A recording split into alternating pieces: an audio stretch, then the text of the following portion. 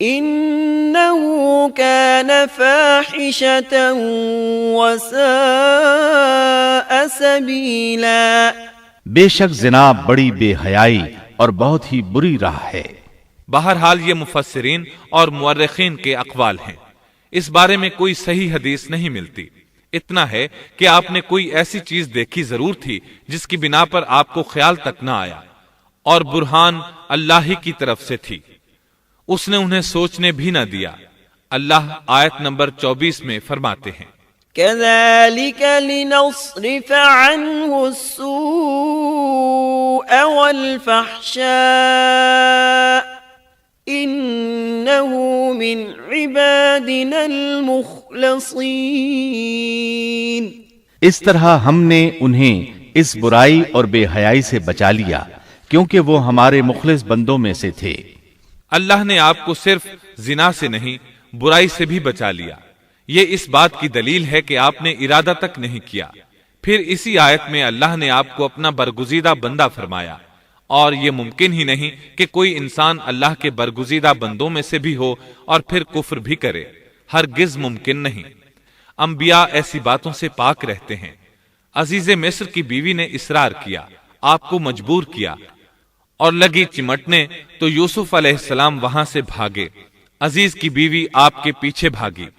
اللہ تعالیٰ نے آیت 25 میں اس واقعے کو یوں بیان فرمایا ہے، واستبق الباب وقدت قميصه من دبر وألف يا سيدها لدى الباب قالت ما جزاء من أراد بأهلك سوءا إلا أن يسجن أو عذاب أليم. اور دونوں دروازے کی طرف دوڑے اور اس عورت نے یوسف کا کرتا پیچھے کی طرف سے کھینچ کر پھاڑ ڈالا اور دروازے کے پاس ہی عورت کا شوہر دونوں کو مل گیا تو کہنے لگی، جو شخص تیری بیوی کے ساتھ برا ارادہ کرے بس اس کی سزا یہی ہے کہ اسے قید کر دیا جائے یا اور کوئی دردناک سزا دی جائے. سیدنا یوسف علیہ السلام خود کو بچانے کے لیے دروازے کی طرف دوڑ پڑے تھے. یہ پیچھے دوڑی. دروازہ بند تھا. ابھی آپ دروازہ کھولنے کی کوشش کر رہے تھے کہ اس نے پیچھے سے آپ کی قمیص پکڑ لی. جھٹکا جو لگا تو قمیص پیچھے سے پھٹ گئی. اسی دوران دروازہ کھل گیا اور عزیز مصر اندر داخل ہوا. اس نے یہ منظر اپنی آنکھوں سے دیکھا کہ اس کی بیوی زیب و زینت کے ساتھ بند سنور کر یوسف علیہ السلام کے بالکل پیچھے کھڑی ہے. اسی وقت اس نے خود کو الزام سے بچانے کے لیے کہہ دیا، جو تیری بیوی کے ساتھ برائی کا ارادہ رکھتا ہے اس کا کیا بدلہ ہے. پھر خود ہی کہنے لگی، اسے قید خانے میں بند کر دینا چاہیے. ایسا اس نے اس لیے کہا کہیں وہ یوسف علیہ السلام کو قتل نہ کر دے. ادھر یوسف علیہ السلام نے بھی فوراً اپنا دفاع کیا اور کہا، میں مجرم نہیں بلکہ یہ ساری کارستانی اس کی اپنی ہے.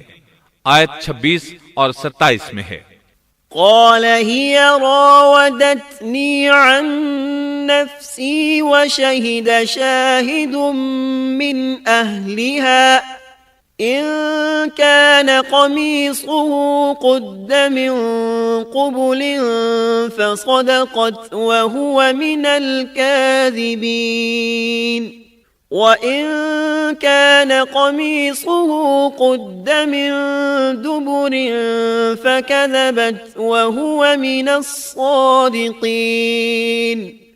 یوسف نے کہا، یہ عورت ہی مجھے پھسلا رہی تھی، اور عورت کے قبیلے ہی کے ایک شخص نے گواہی دی کہ اگر اس کا کرتا آگے سے پھٹا ہوا ہو تو عورت سچی ہے اور یوسف جھوٹ بولنے والوں میں سے ہے، اور اگر اس کا کرتا پیچھے کی جانب سے پھٹا ہوا ہو تو عورت جھوٹی ہے اور یوسف سچوں میں سے ہے.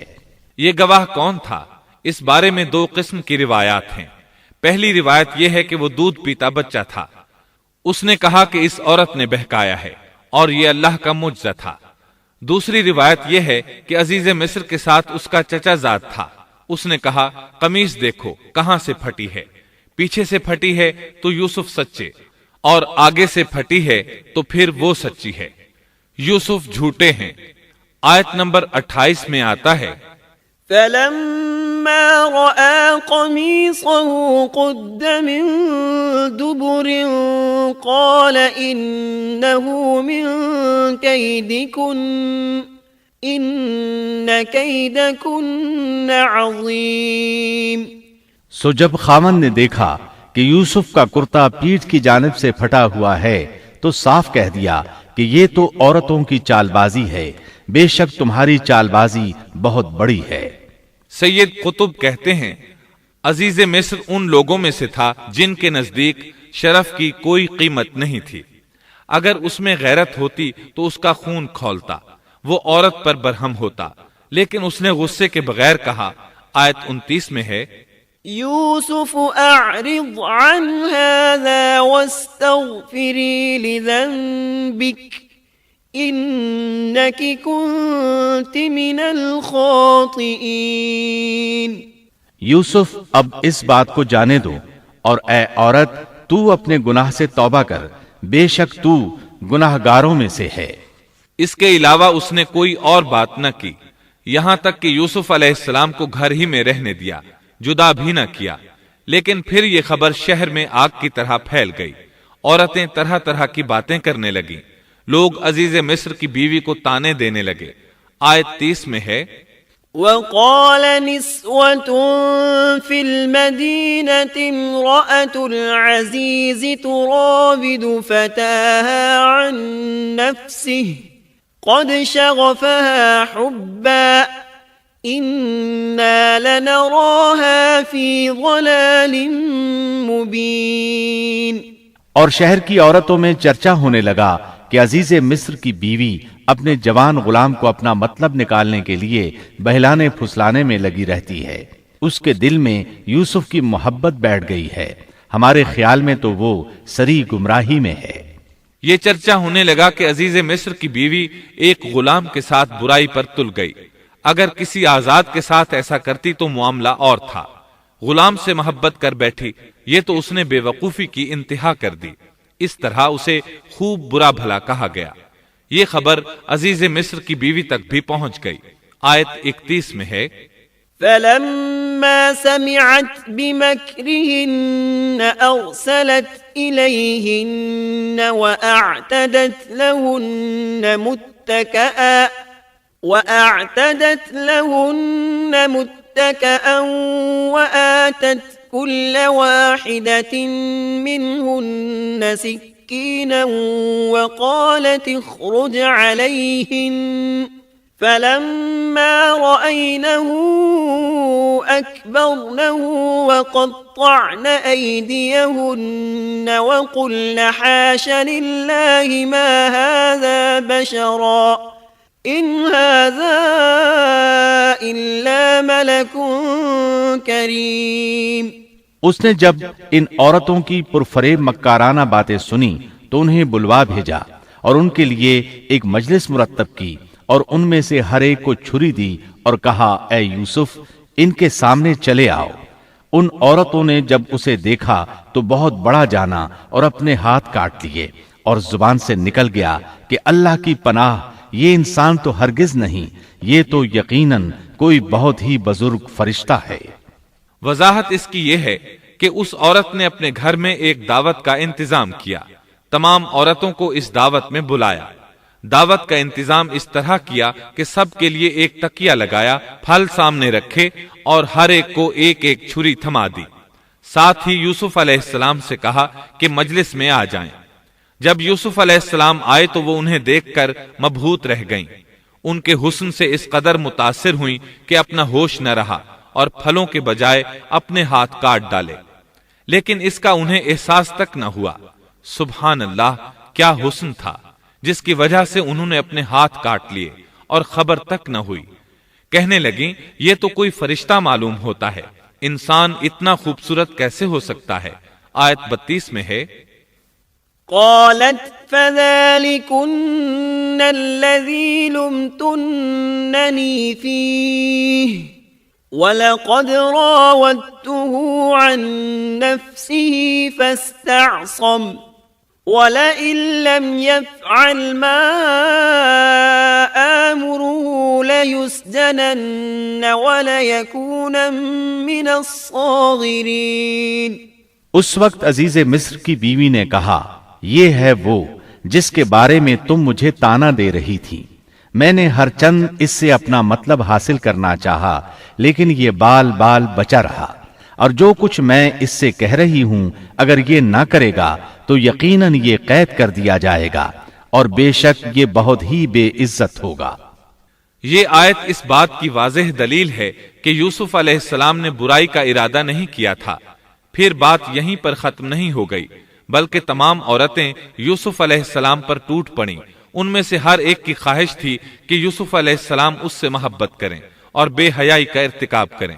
اپنی عزت اور شرف کو انہوں نے خاک میں ملا دیا۔ یوسف علیہ السلام کے حسن پر فریفتہ ہو گئیں۔ اس کیفیت کو دیکھ کر یوسف علیہ السلام نے اپنے رب سے دعا کی۔ آیت 33 اور 34 میں آتا ہے، قال رب السجن احب الي مما يدعونني اليه والا تصرف عني كيدهن اصب اليهن واكن من الجاهلين فاستجاب له ربه فصرف عنه كيدهن انه هو السمیع العلیم۔ یوسف نے دعا کی کہ اے میرے پروردگار، جس بات کی طرف یہ عورتیں مجھے بلا رہی ہیں اس سے تو مجھے جیل خانہ بہت پسند ہے۔ اگر تو نے ان کا مکر و فریب مجھ سے دور نہ کیا تو میں تو ان کی طرف مائل ہو جاؤں گا اور بالکل نادانوں میں جا ملوں گا۔ اس سے ظاہر ہوا سب عورتیں یوسف علیہ السلام کو اپنی طرف متوجہ کر رہی تھیں۔ انہوں نے ہر طریقہ اختیار کیا، لیکن یوسف علیہ السلام نے کسی ایک کی طرف توجہ نہ دی۔ اللہ نے انہیں بچا لیا اور عورتوں کی چال کو ناکام بنا دیا۔ اس واقعے کی خبر بھی لوگوں میں پھیل گئی۔ عزیز مصر کی بیوی کو پتہ چل گیا کہ یہ خبریں پورے شہر میں پھیل گئی ہیں اور لوگ اسے ہی قصوروار ٹھہرا رہے ہیں۔ تب وہ اپنے خاوند کے پاس گئی، اس سے کہا، اب کیا کیا جائے؟ سب لوگ مجھے ہی الزام دے رہے ہیں، معاملہ بہت پھیل گیا ہے، اس بات کو دبانے کے لیے کچھ کرنا چاہیے۔ عزیز مصر نے کہا، پھر کیا کیا جائے؟ آخر آپس میں مشورہ ہوا، دونوں اس پر متفق ہو گئے۔ ابن عباس رضی اللہ عنہما فرماتے ہیں، انہوں نے یوسف علیہ السلام کو ایک گدھے پر سوار کیا اور ایک ڈھول والا ساتھ کر دیا اور یہ منادی کرائی کہ اس عبرانی غلام نے اپنی مالکہ کے ساتھ برائی کی کوشش کی ہے، لہٰذا اسے اس جرم کی پاداش میں جیل میں ڈالا جاتا ہے۔ گویا انہوں نے اپنے پر سے الزام ختم کرنے کا یہ منصوبہ سوچا۔ اس بارے میں اللہ آیت 35 میں فرماتے ہیں، ثم بدا لهم من بعد ما رأوا الآيات ليسجننه حتى حين۔ پھر ان تمام نشانوں کے دیکھ لینے کے بعد بھی انہیں یہی مصلحت معلوم ہوئی کہ یوسف کو کچھ مدت کے لیے قید خانے میں رکھیں۔ انہوں نے یہ اس لیے کہا تاکہ یوسف علیہ السلام پر تہمت لگائی جا سکے۔ اس طرح یوسف علیہ السلام قید خانے میں آ گئے۔ ان کے ساتھ 2 نوجوان اور قید خانے میں بھیجے گئے تھے۔ کچھ دن ساتھ رہنے کے بعد وہ جان گئے کہ یوسف علیہ السلام نیک سیرت انسان ہیں، عبادت گزار نوجوان ہیں۔ ایک رات دونوں نوجوانوں نے خواب دیکھے۔ صبح ہوئی تو دونوں یوسف علیہ السلام کے پاس گئے اور اپنا اپنا خواب سنایا۔